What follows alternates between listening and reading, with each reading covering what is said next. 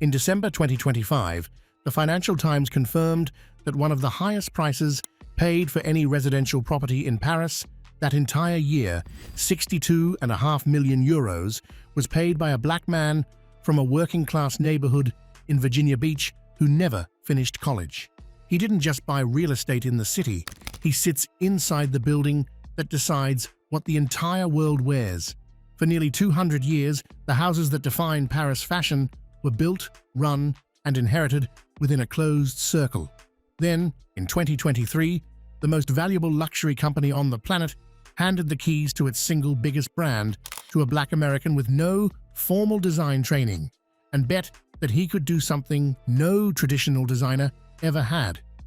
Today, we're breaking down why this black fashion mogul dominates Paris like no designer before him.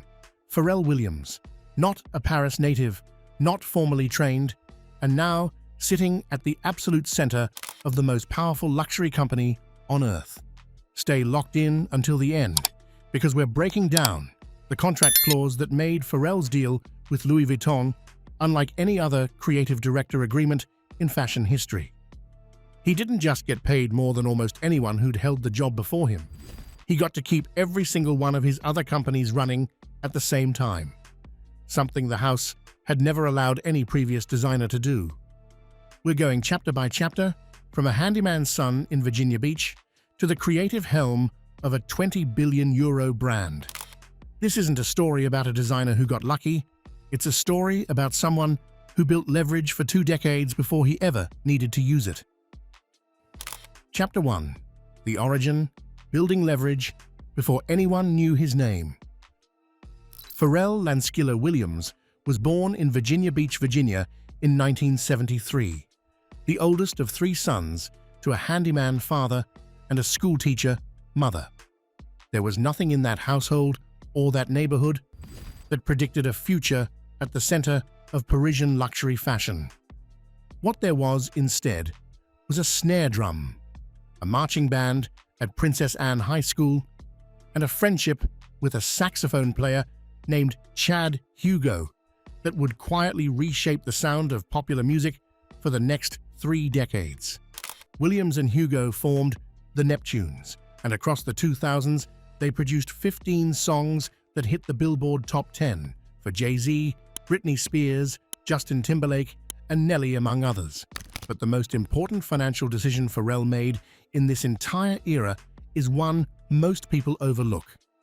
He chose to build his fortune as a producer before he ever stepped forward as a performer.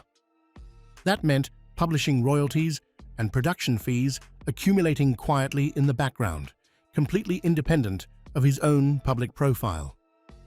By the time he launched Billionaire Boys Club with designer Nigo in 2003, nearly a decade before streetwear became a mainstream luxury obsession, he already had the capital and the credibility to enter fashion as an owner, not an applicant.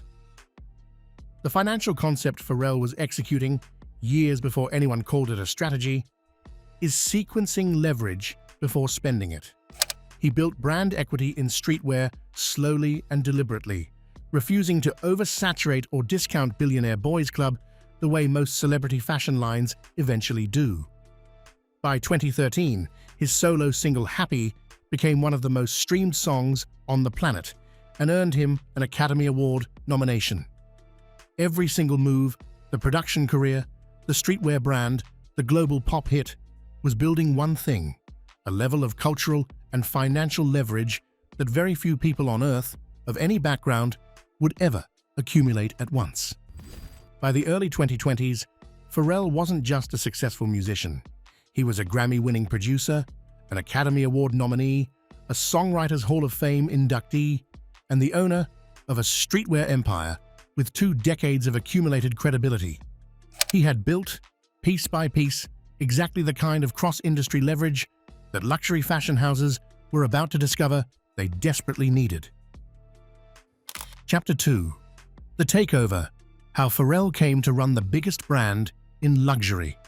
In November 2021, Virgil Abloh, the first black artistic director in Louis Vuitton's history and one of the most influential designers of his generation, died of cancer at 41. His death left an enormous vacancy at the most commercially important brand inside the largest luxury conglomerate on Earth. The question of who could possibly fill that role became one of the most closely watched decisions in the entire fashion industry.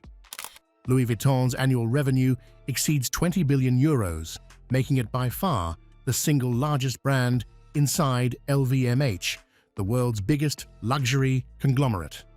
In February 2023, newly appointed LVMH executive Pietro Beccari made his very first major decision in the job, naming Pharrell Williams as Louis Vuitton's men's creative director. Industry analysts estimated the contract at roughly $25 million per year, with additional bonuses tied to sales performance.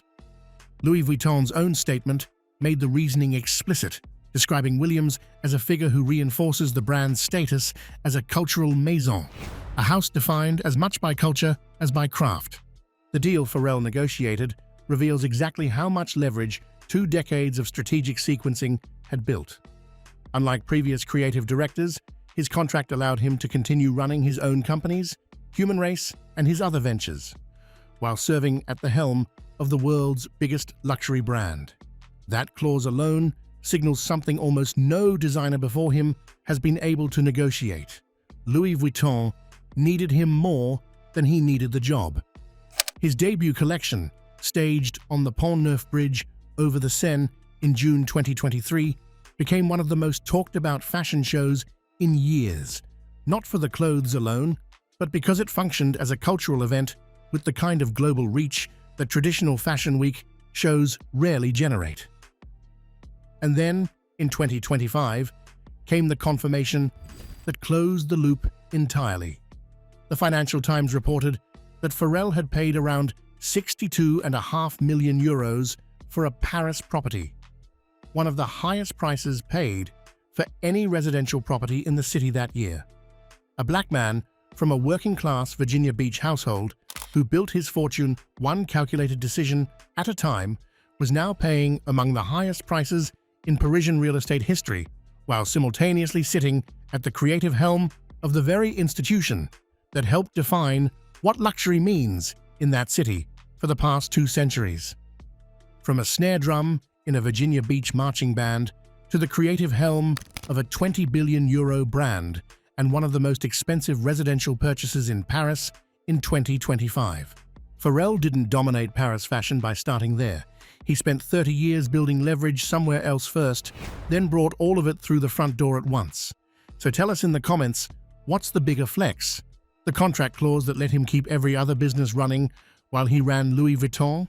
Or the 62.5 million euro property purchase that put him among the highest paying buyers in Parisian real estate history? Drop it below right now.